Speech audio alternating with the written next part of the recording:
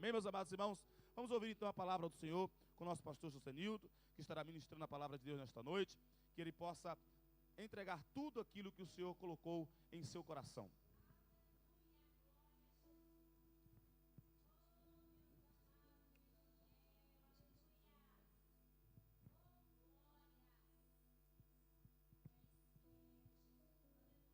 Glória a Deus.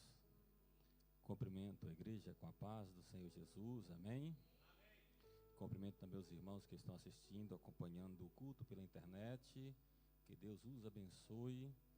Nós estamos felizes nesta noite porque estamos na casa de Deus. O salmista, quando ele diz, alegrei-me quando disseram, vamos à casa do Senhor, o salmista Davi, no salmo de número 122, ele tinha razão em dizer isto, porque na casa de Deus é o lugar onde nós sentimos a presença do Senhor de uma forma que estamos em comunhão juntos, nós não estamos só. Na casa de Deus é o lugar da bênção, é o lugar da vitória, mas sobretudo na casa de Deus é o lugar de comunhão. E estamos aqui nesta noite em um só Espírito, adorando a um único e verdadeiro Deus. O Deus que criou o céu, o Deus que criou a terra, o Deus que nos deu o fôlego da vida, o Deus que traz alegria ao nosso coração, o Deus que alimenta a nossa alma, alimenta o nosso espírito, o Deus que nos fortalece, o Deus que permite que nós vençamos as batalhas, as lutas, as guerras que nós não podemos vencer, e Ele vence por nós, porque nós somos limitados, mas o nosso Deus, Ele é ilimitado, não há limite para Deus, e por isso glorificamos e enaltecemos o nome dEle. Sou grato a Deus por esta oportunidade, e por hoje fazer parte dessa família, desse ministério. Pastor João Áquila, obrigado por nos convidar para poder estar aqui com os irmãos, estar aqui nesta noite, glorificando a Deus. Eu vos convido a abrirem as vossas Bíblias no livro de Atos dos Apóstolos, no capítulo de número 6. Aleluia. Atos dos Apóstolos, capítulo de número 6, para a nossa meditação, para a nossa reflexão nesta noite. Capítulo 6, amém? Hoje é o culto de ensino da palavra de Deus, e nós iremos estar realizando esta leitura. Naqueles dias, crescendo o número de discípulos, os judeus de fala grega, entre eles, queixaram-se dos judeus de fala hebraica. Em algumas versões fala helenistas, porque as suas viúvas estavam esquecidas na distribuição diária de alimento. Por isso os 12 reuniram todos os discípulos e disseram: não é certo negligenciarmos o ministério da palavra de Deus, a fim de servir às mesas. Irmãos, escolham entre vós 7 homens de bom testemunho, cheios do Espírito e de sabedoria. Passaremos eles esta tarefa. Em algumas versões fala negócio. E nos dedicaremos à oração e ao ministério da palavra. Tal proposta agradou a todos, então escolheram Estevão, homem cheio de fé e do Espírito Santo, além de Filipe, Prócoro, Nicanor, Timó, Parmenas e Nicolau, um convertido ao judaísmo proveniente de Antioquia. E apresentaram estes homens aos apóstolos, os quais oraram e lhe impuseram as mãos. Assim a palavra de Deus se espalhara, crescia rapidamente o número de discípulos em Jerusalém. Também um grande número de sacerdotes obedecia à fé. Estevão, homem cheio de graça e do poder de Deus, realizava grandes maravilhas e sinais entre o povo. Contudo, levantou-se oposição dos membros da chamada sinagoga dos libertos, dos judeus de Cirene e de Alexandria, bem como das províncias da Cilícia e da Ásia. Estes homens começaram a discutir com Estevão, mas não podiam resistir ou sobrepor a sabedoria ao espírito com que ele falava. Amém? O capítulo do número 7, no último versículo do número 7, capítulo 7,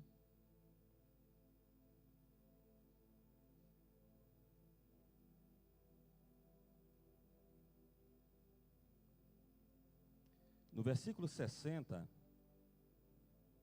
o versículo 59,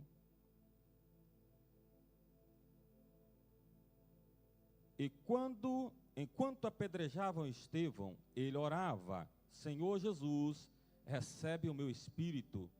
Então caiu de joelhos e bradou: Senhor, não os consideres culpados desse pecado. E tendo dito isto, adormeceu. Algumas versões falam: não lhes impute este pecado. E tendo dito isto, ele adormeceu.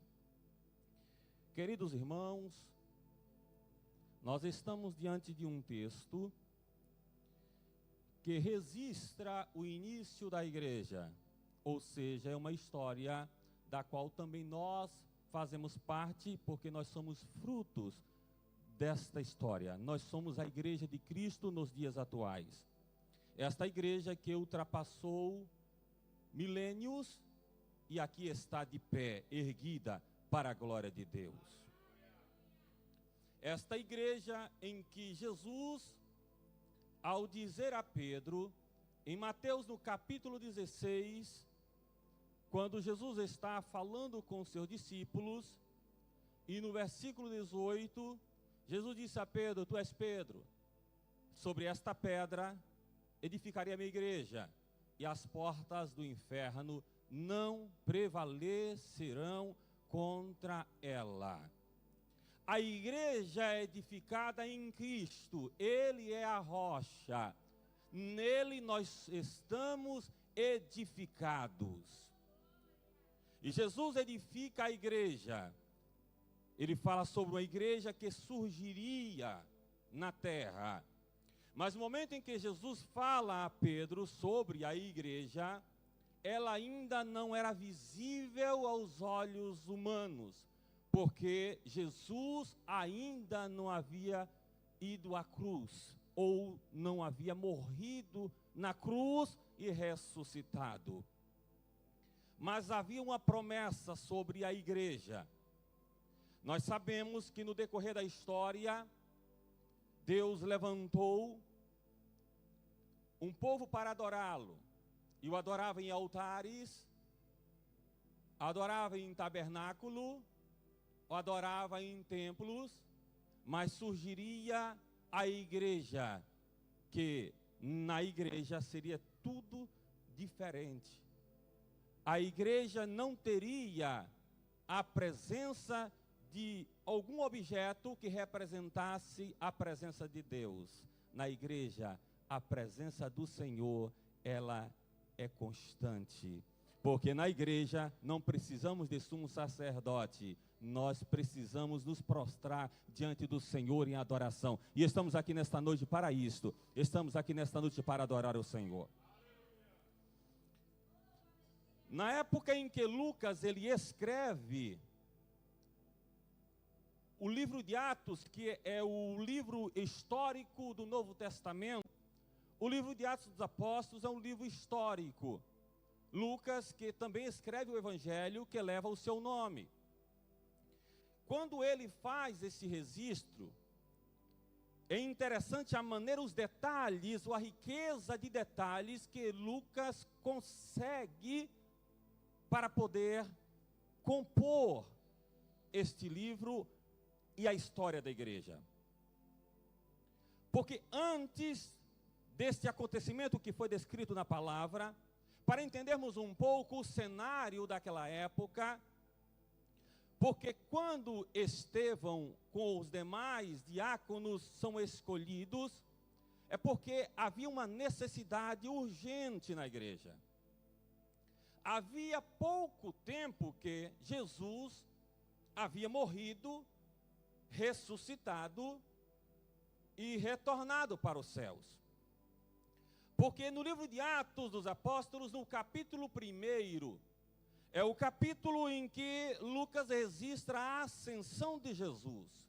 O momento em que Jesus regressa ao céu e é recebido nos céus, de forma visível, em que as pessoas o viram subir e ser recebido. Então, o capítulo 1 é um capítulo que inicia com a ascensão de Jesus.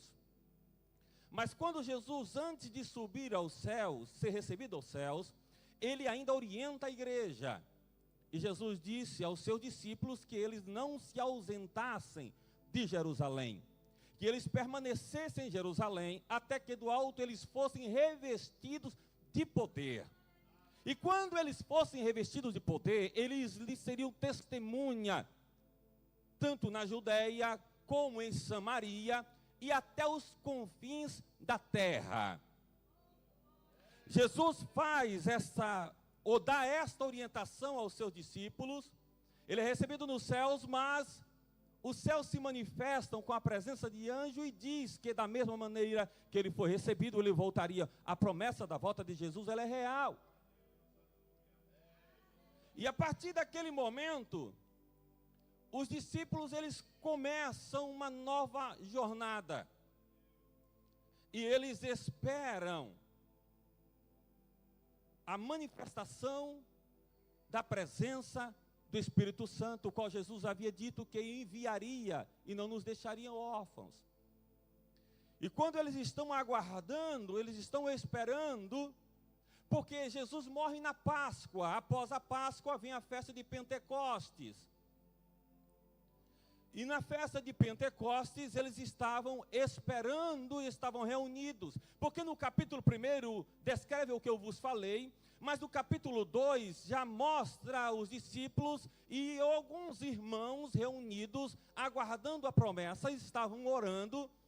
E quando de repente no capítulo 2 eles percebem um vento forte e veemente tomar posse da casa onde eles estavam assentados, e eles passam a ter visão de línguas repartidas como que de fogo, descendo sobre as suas cabeças, ou a cabeça daqueles 120 que estavam ali assentados, e eles começam a falar em outras línguas, conforme o Espírito Santo lhes concedia que eles falassem. Mas eles falavam em outras línguas, em um idioma em que quem estava de fora lhes compreendiam. Alguns pensaram ou começaram a dizer, até debochando, que eles estavam embriagados. Mas naquele momento Pedro salta para fora, ou seja, Pedro se ergue, Pedro se levanta e começa a dizer ou trazer à memória daqueles que ali estavam, que o que estava acontecendo é o que havia sido profetizado pelo profeta Joel no capítulo de número 2, que o Espírito seria derramado sobre toda a carne, e naquele momento o Espírito de Deus estava sendo derramado sobre a igreja estava surgindo. A igreja que Jesus fala a Pedro, no capítulo 16, e o versículo 18 do Evangelho de Mateus, ali agora, no livro de Atos dos Apóstolos, no capítulo 2, surge visivelmente, todos percebem a igreja debaixo de uma unção, de um poder. Eu quero vos dizer que esta unção, este poder, não ficou retido no passado e nem na história. Esta unção, este poder, está aqui, está conosco, está na igreja. Você que está acompanhando pela internet, a presença de Deus é constante na tua vida, a presença de Deus é constante na igreja. A igreja está visível na terra, porque a igreja é poderosa e representa o Senhor aqui na terra. A igreja é voz de Deus na terra. Aleluia! Quando a igreja surge, eles são encorajados a iniciarem a missão de pregar o Evangelho, a missão de levar a palavra de salvação. A missão que está registrada em Marcos, no capítulo 16, no versículo 15. Ide por todo mundo e pregai o evangelho a toda criatura. Então eles iniciam essa missão. E quando Pedro começa a pregar, cerca de 3.000 almas aceitam a Cristo. Porque Pedro começa a trazer à memória deles o Cristo que estava na cruz. É o Cristo da promessa de Deus. É o Salvador, é o Senhor. Aleluia.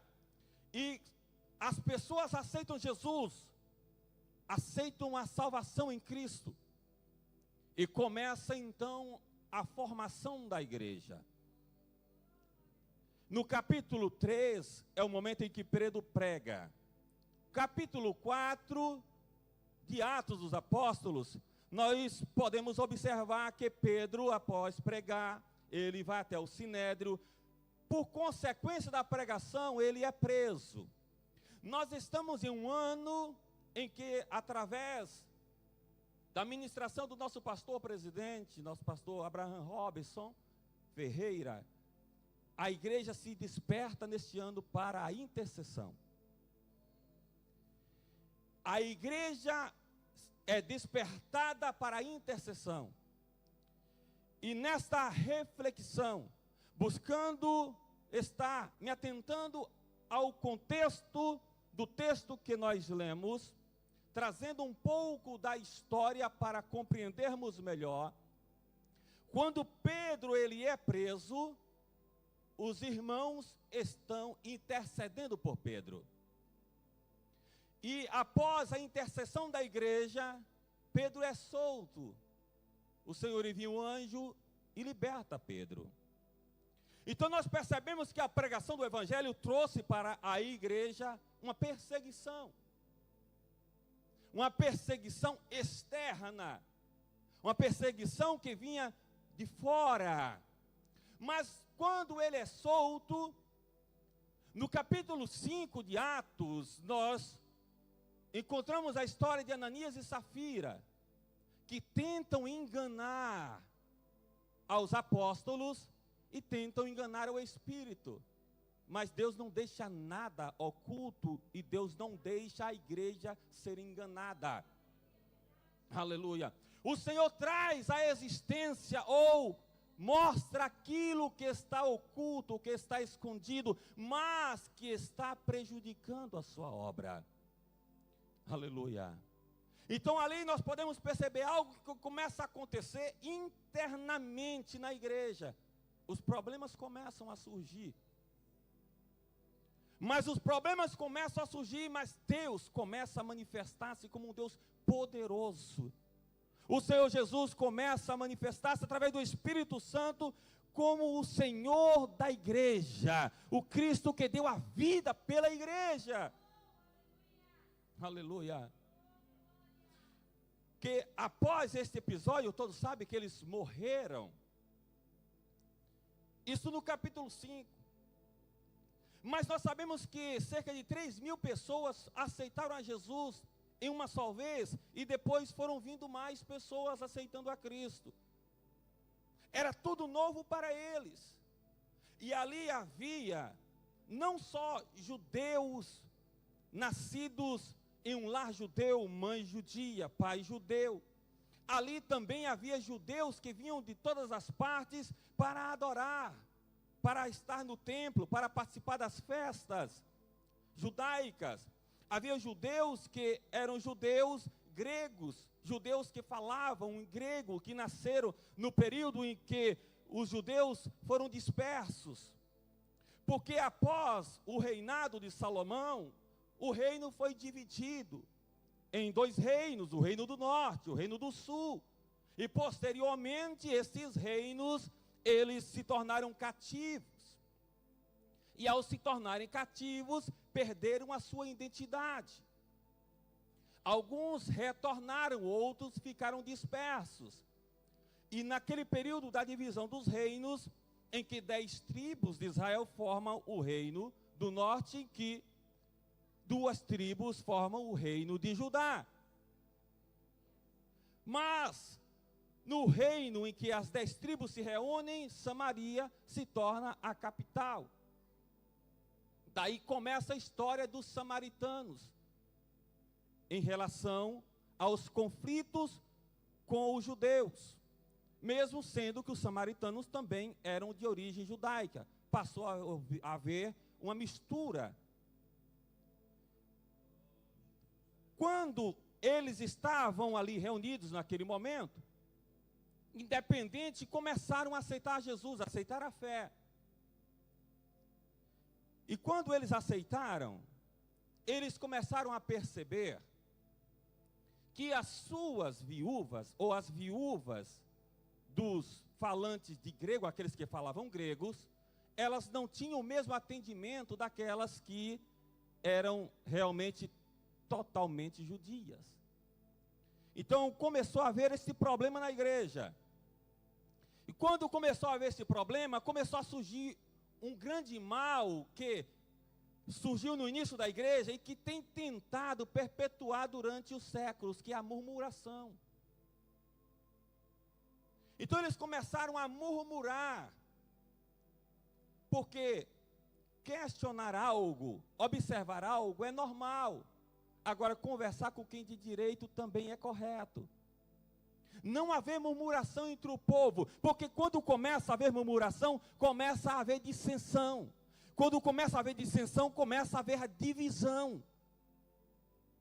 E eles começaram a murmurar, mas no momento da murmuração, dos questionamentos, os apóstolos são convocados, eles se apresentam, reúnem o povo e há uma orientação para o povo, para que eles escolhessem homens para ser posto sobre um importante negócio, uma importante causa. E escolheram-se 7 homens que se tornaram diáconos, no texto que nós lemos. A urgência em resolver um problema. Este acontecimento foi um divisor de águas na igreja.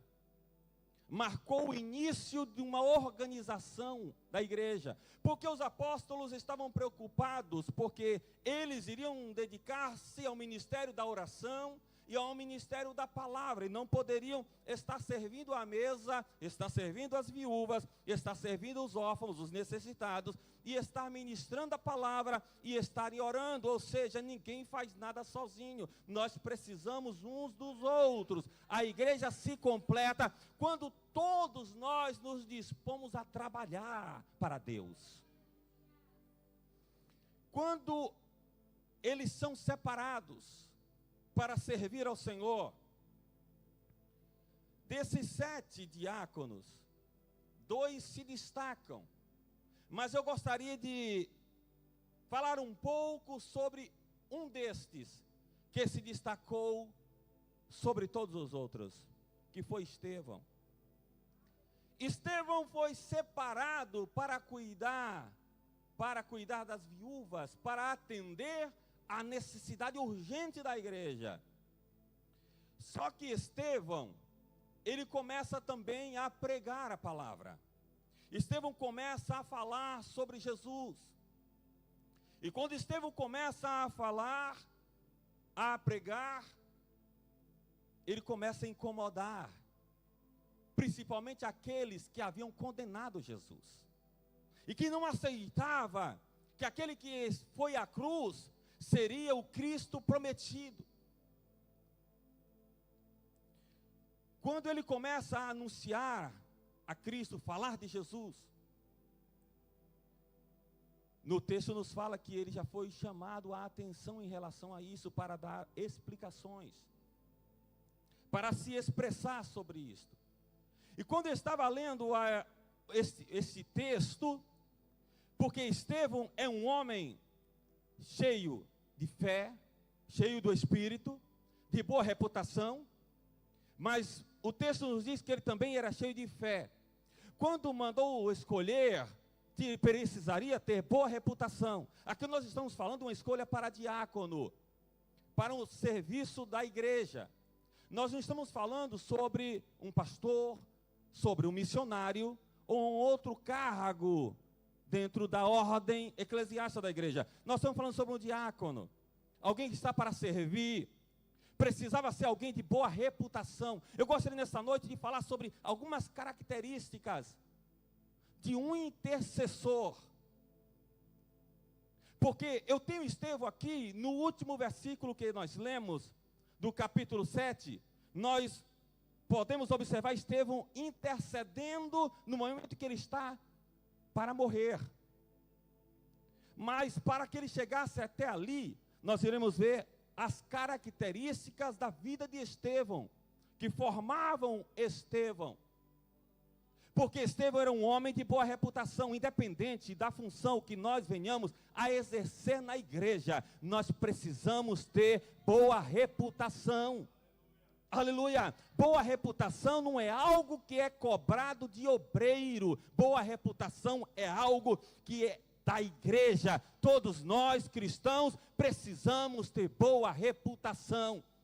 Nós precisamos ter boa reputação dentro da igreja e fora da igreja. Aleluia! Eu fico triste quando eu vejo alguns pregadores subir no altar e ficar dizendo: olha, pode procurar alguém por aí para dizer quem eu sou, que eu tenho nome limpo na praça. Nós não precisamos disso, porque há testemunhas aí fora que vão falar de nós. Se nós não tivermos boa reputação, não adianta subir no altar para querer camuflar alguma coisa, não adianta vir para a igreja e sentar no banco da igreja com a carteira de membro achando que vai esconder alguma coisa. Não, porque lá fora todos sabem quem nós somos. Os cristãos precisam ter boa reputação. Boa reputação é uma qualidade de um crente.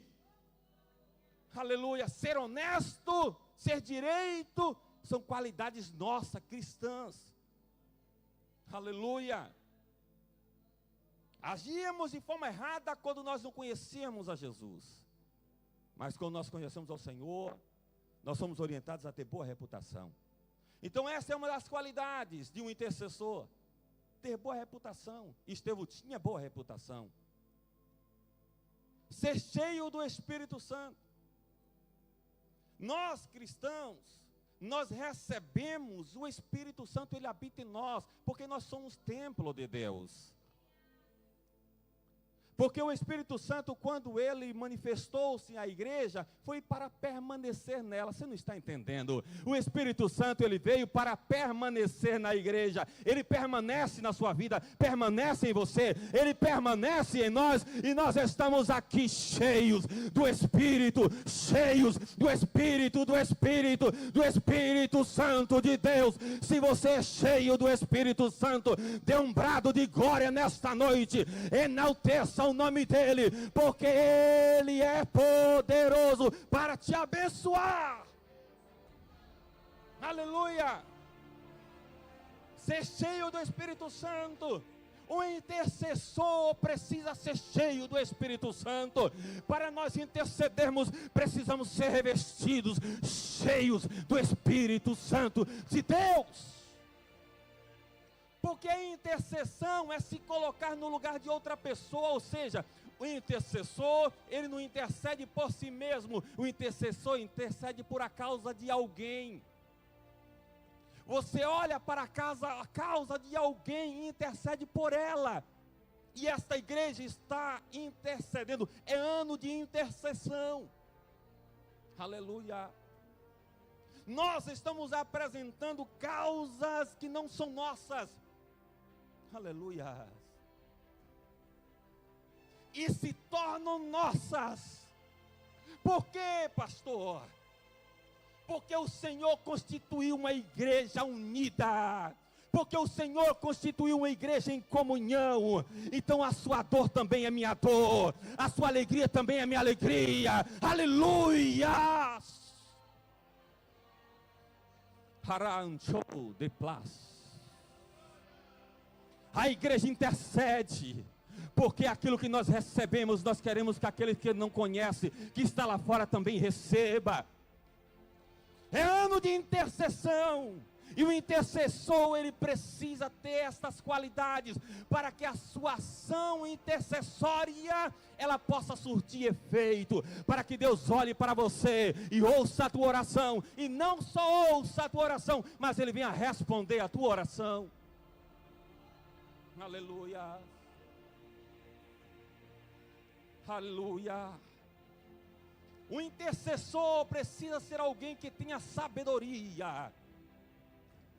Sabedoria e conhecimento. Algumas pessoas dizem: pastor, mas eu não tenho tanto conhecimento. Eu quero dizer que o Senhor requer de nós sabedoria dentro do conhecimento que você tem, porque sabedoria é nós sabemos aplicar o conhecimento que nós temos. Muitas pessoas são cheias de conhecimento, mas não têm sabedoria na aplicação do conhecimento que têm.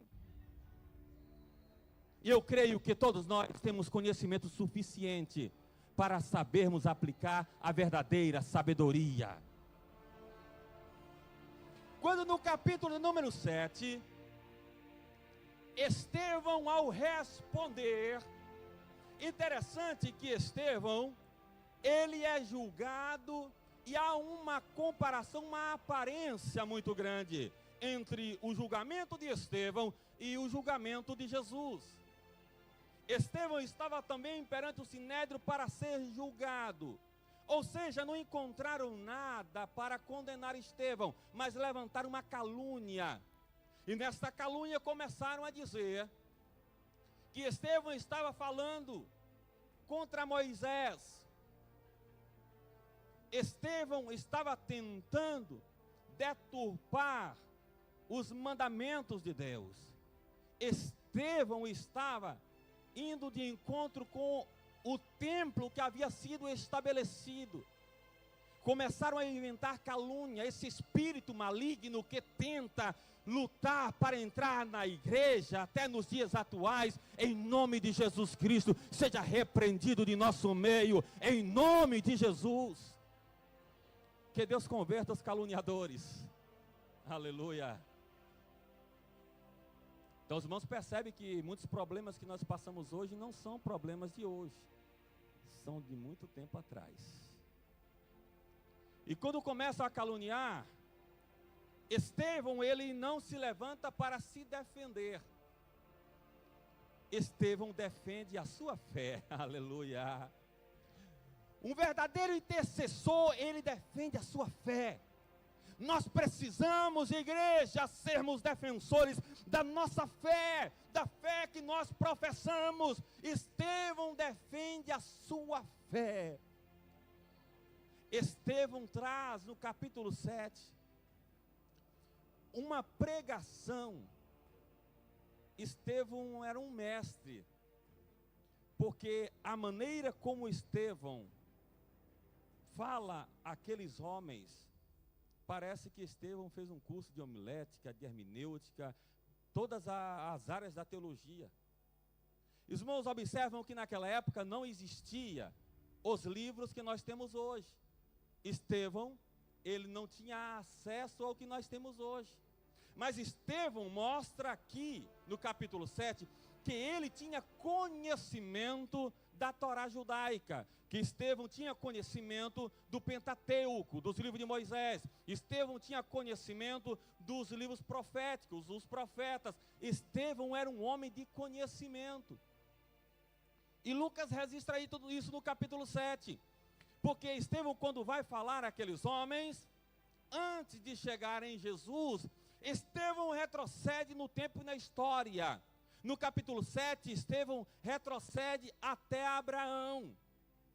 Estevão começa a mostrar para eles o conhecimento que ele tinha, porque quando Estevão falava, a sabedoria com que Estevão falava, era uma sabedoria que vinha do alto, era uma sabedoria que eles não poderiam sobrepor-se à sabedoria com que Estevão falava. E Estevão retrocede no tempo e na história. Estevão vai para o capítulo 12 de Gênesis, quando Abraão é chamado, e ainda o seu nome era Abrão, no capítulo 12 de Gênesis, após a queda da Torre de Babel, no capítulo 11. E que Estevão começa a falar sobre a chamada de Abraão, que se tornou o pai na fé.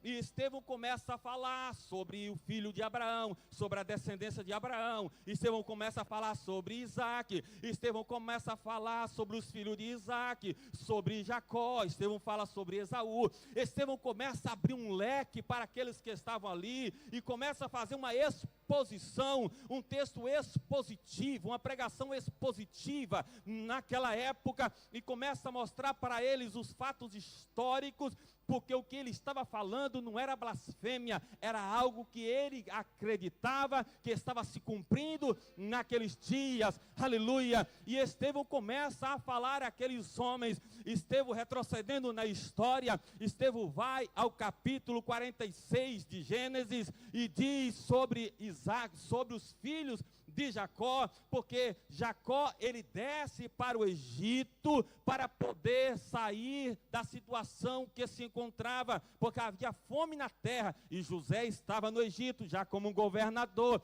Ele desce com os seus filhos para o Egito, e ele fala sobre isso. Cerca de 75 almas desce para o Egito com Jacó. Jacó desce com os seus filhos, Jacó desce com Rúben, Jacó desce com Simeão, Jacó desce com Isacar, Jacó desce com Levi, Jacó desce com Judá. Ele desce ao Egito com Dan, com Naphtali, com Assé. Ele desce ao Egito com Gade. Ele desce com a sua filha, ele desce com a sua filha Diná para o Egito. Ele desce com os seus filhos para o Egito, e lá no Egito está os seus netos, está Manassés, está Efraim, está José o seu filho, está a família de José, e ele desce para o Egito, e ali começa a formação das 12 tribos de Israel, e Levi também desce e forma ali a nação de Israel dentro do Egito. Aquele pouco de pessoas diante de uma nação grande egípcia, e ali eles ficam. Quando eles estavam ali, posteriormente eles se tornam escravos no Egito,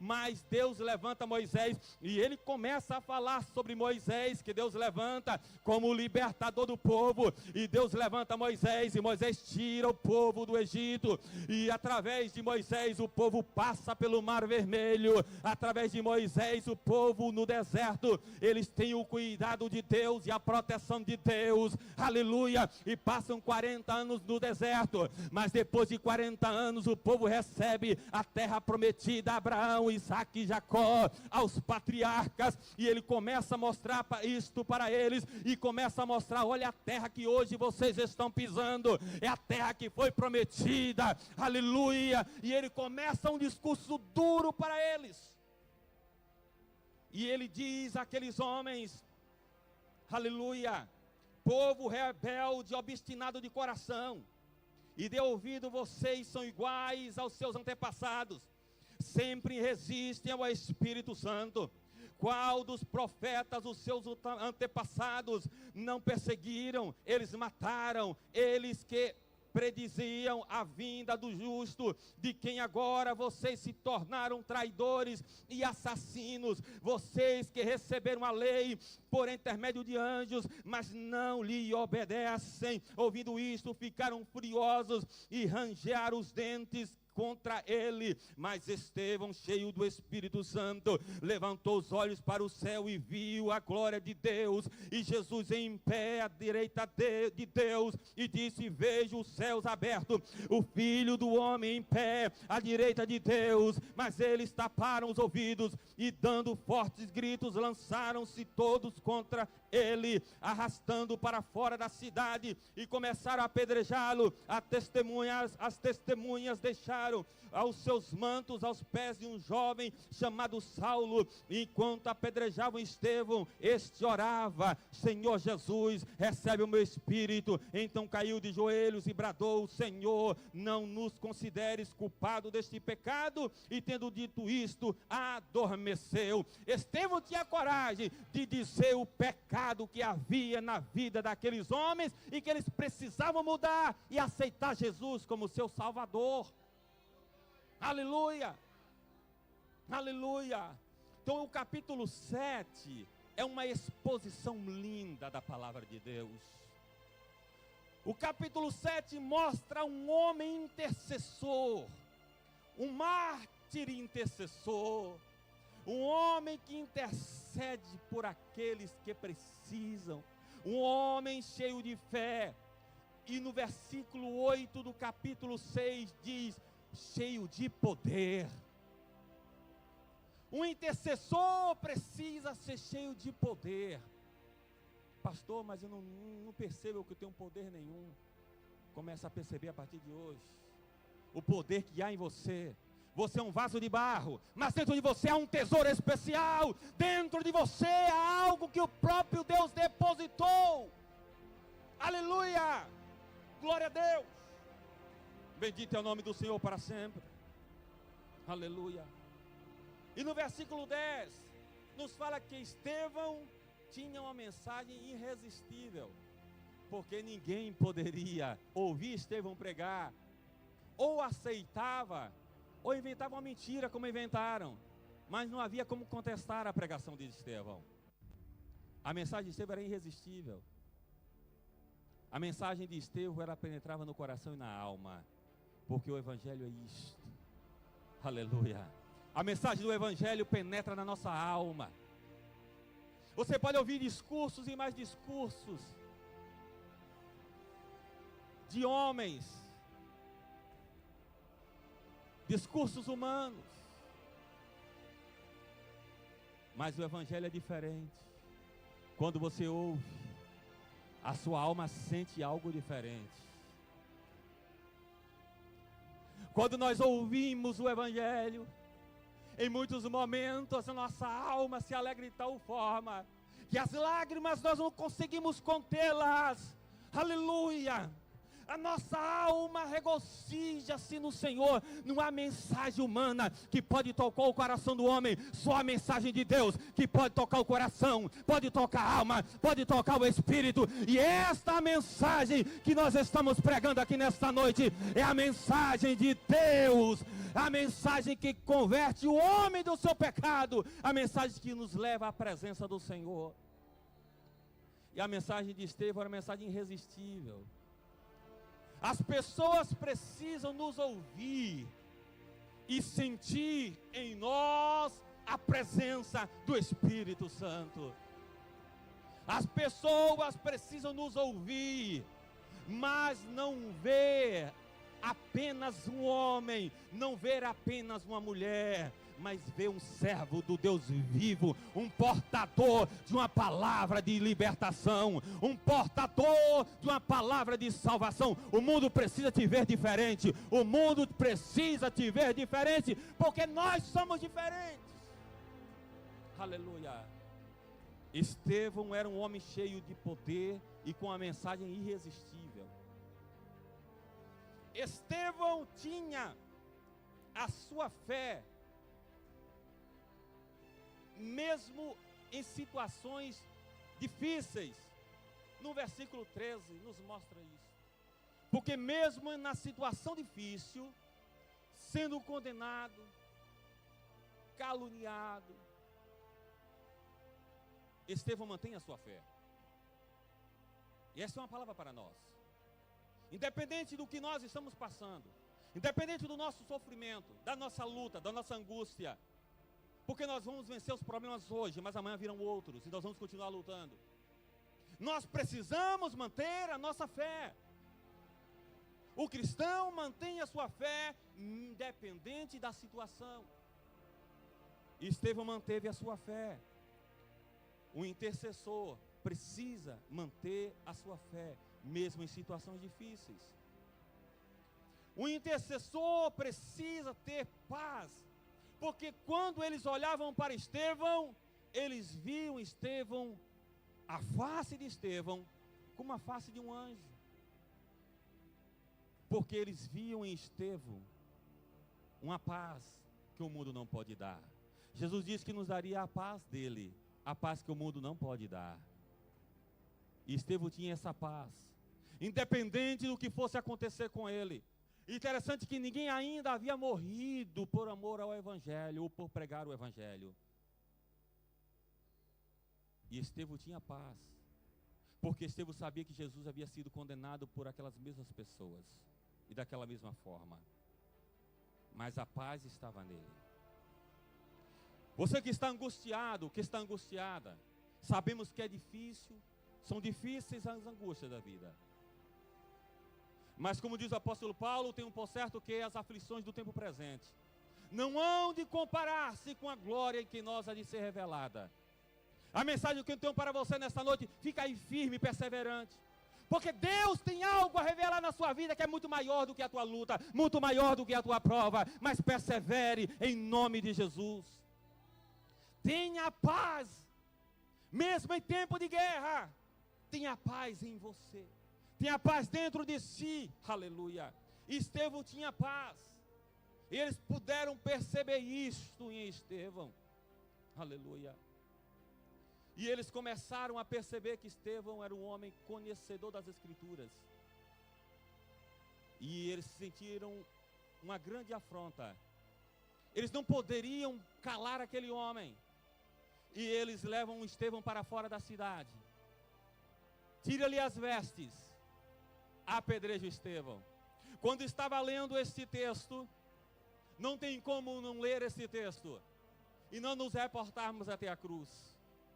Porque quando Estevão estava ali, Estevão, ele tinha tanto conhecimento sobre Cristo, que Estevão, ele se coloca em uma posição de servo e aceita toda a humilhação.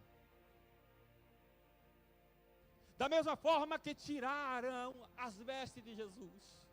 Porque quando nós observamos o que os evangelistas dizem, tanto o evangelista Mateus, a partir do capítulo 26, o evangelho de Mateus tem 28 capítulos.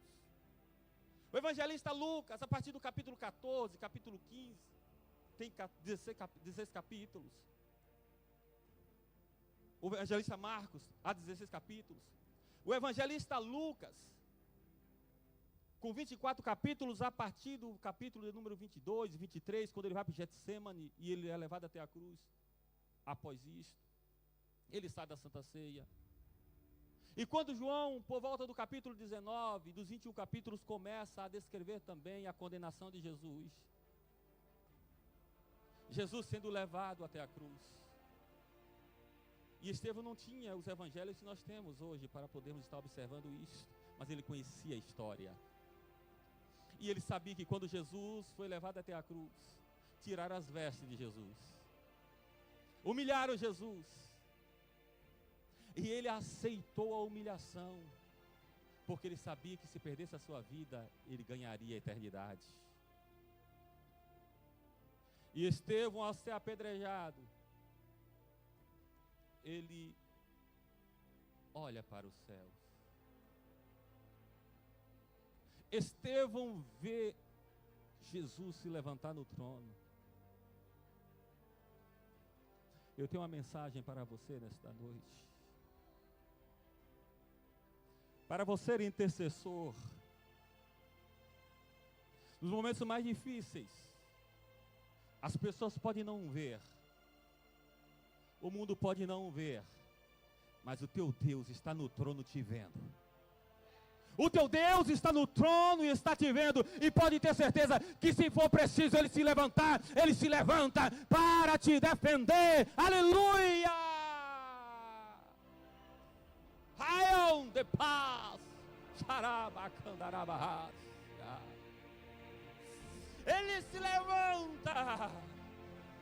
E Estevão vê, porque crente tem visão de Deus, crente tem visão espiritual. Aqueles homens não viam nada, estavam enfurecidos, tomados pelo ódio, tomados pelo rancor, tomados pela raiva, não conseguiam ver nada, tomados pelo pecado. Mas Estevão conseguia ver o céu aberto, conseguia ver a glória de Deus. Ah, você não está percebendo? Deus está lhe convocando nesta noite a estar diante da sua presença e te diz: olha, você também pode entrar na minha presença e começar a ver, a perceber a minha glória. A glória de Deus está à tua disposição, os céus estão à tua disposição. Deus quer se manifestar a você, algo extraordinário de Deus para acontecer na tua vida, intercessor. Enquanto você está intercedendo por alguém, Deus está cuidando de você. Enquanto você intercede por a família de alguém, Deus está cuidando da sua família, Deus está cuidando da sua casa. Enquanto você intercede intercede por alguém acerca de um emprego,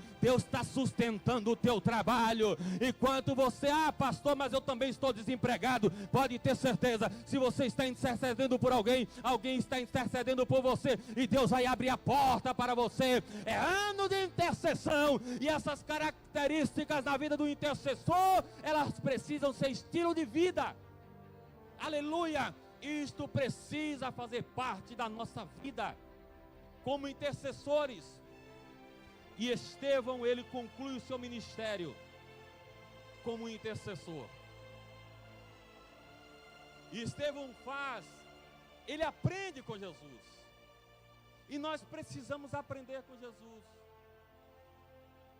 Aleluia. Em Mateus do capítulo 11, a partir do versículo 28, quando Jesus diz: vinde a mim, todos vós que estáis cansados e oprimidos, sobrecarregados, que eu vos aliviarei, tomai sobre vós o meu jugo. Ele disse: aprendei de mim, que sou manso e humilde de coração. Precisamos aprender de Jesus. Precisamos buscar conhecer mais Jesus. Aleluia. Aleluia. Aleluia. Precisamos conhecer Jesus. Estevão conhecia. Ele olha para aqueles homens e ele pede: Senhor Jesus.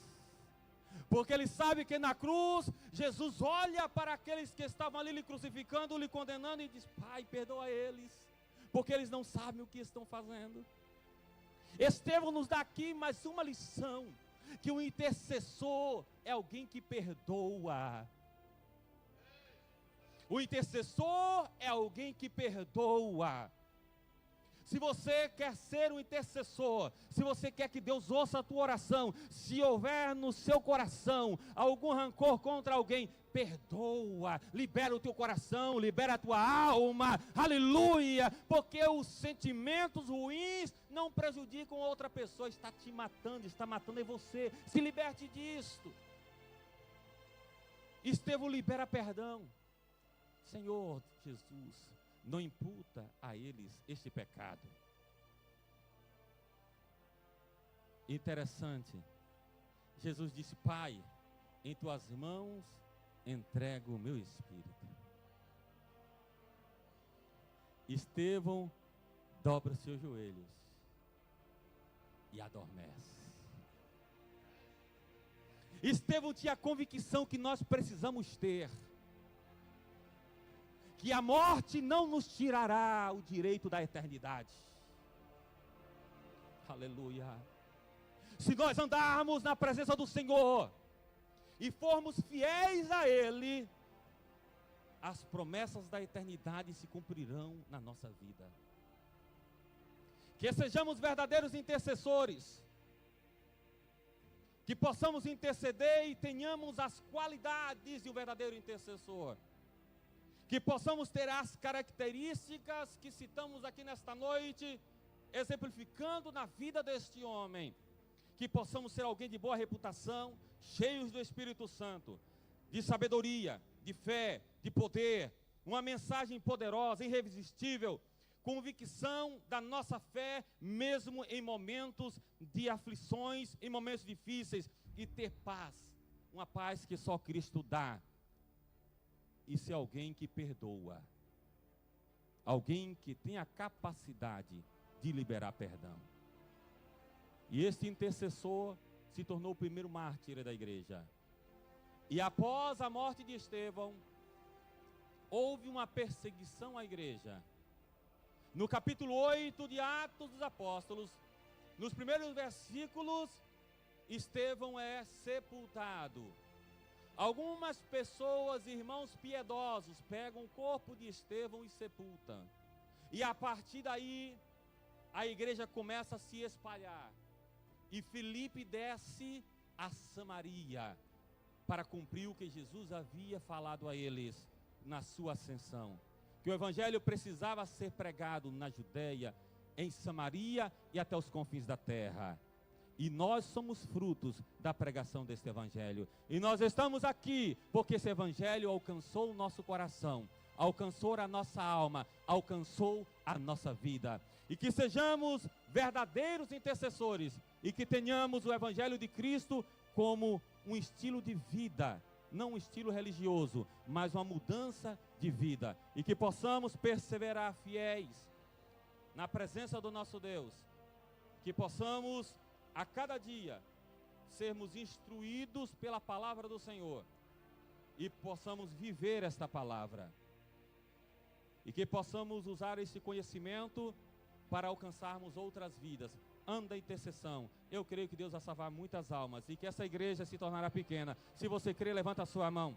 Mas ministre nesta noite, ministre. Se você crê, essas cadeiras aqui serão poucas, serão poucas, serão poucas, serão poucas, porque essa cidade vai ser salva, essa cidade vai ser salva. Esta igreja foi levantada aqui neste lugar para a salvação desta cidade. Se você crê, ministra nessa noite, ministra como intercessor agora a salvação sobre Santarém. Santarém é do Senhor Jesus, ministre agora Santarém do Senhor Jesus, Santarém é do Senhor Jesus. A igreja está intercedendo, aqui há aqueles que têm o Espírito que havia em Estevão, aleluia. Vamos ganhar esta cidade para Jesus. Cartaxa é do Senhor, Portugal é do Senhor, a Europa é do Senhor, porque, como diz o tema, há fogo para a Europa, em nome de Jesus, aleluia. Glória a Deus, que Deus em Cristo vos abençoe. Sou grato por esta oportunidade e assim eu retorno o microfone. Glória a Deus.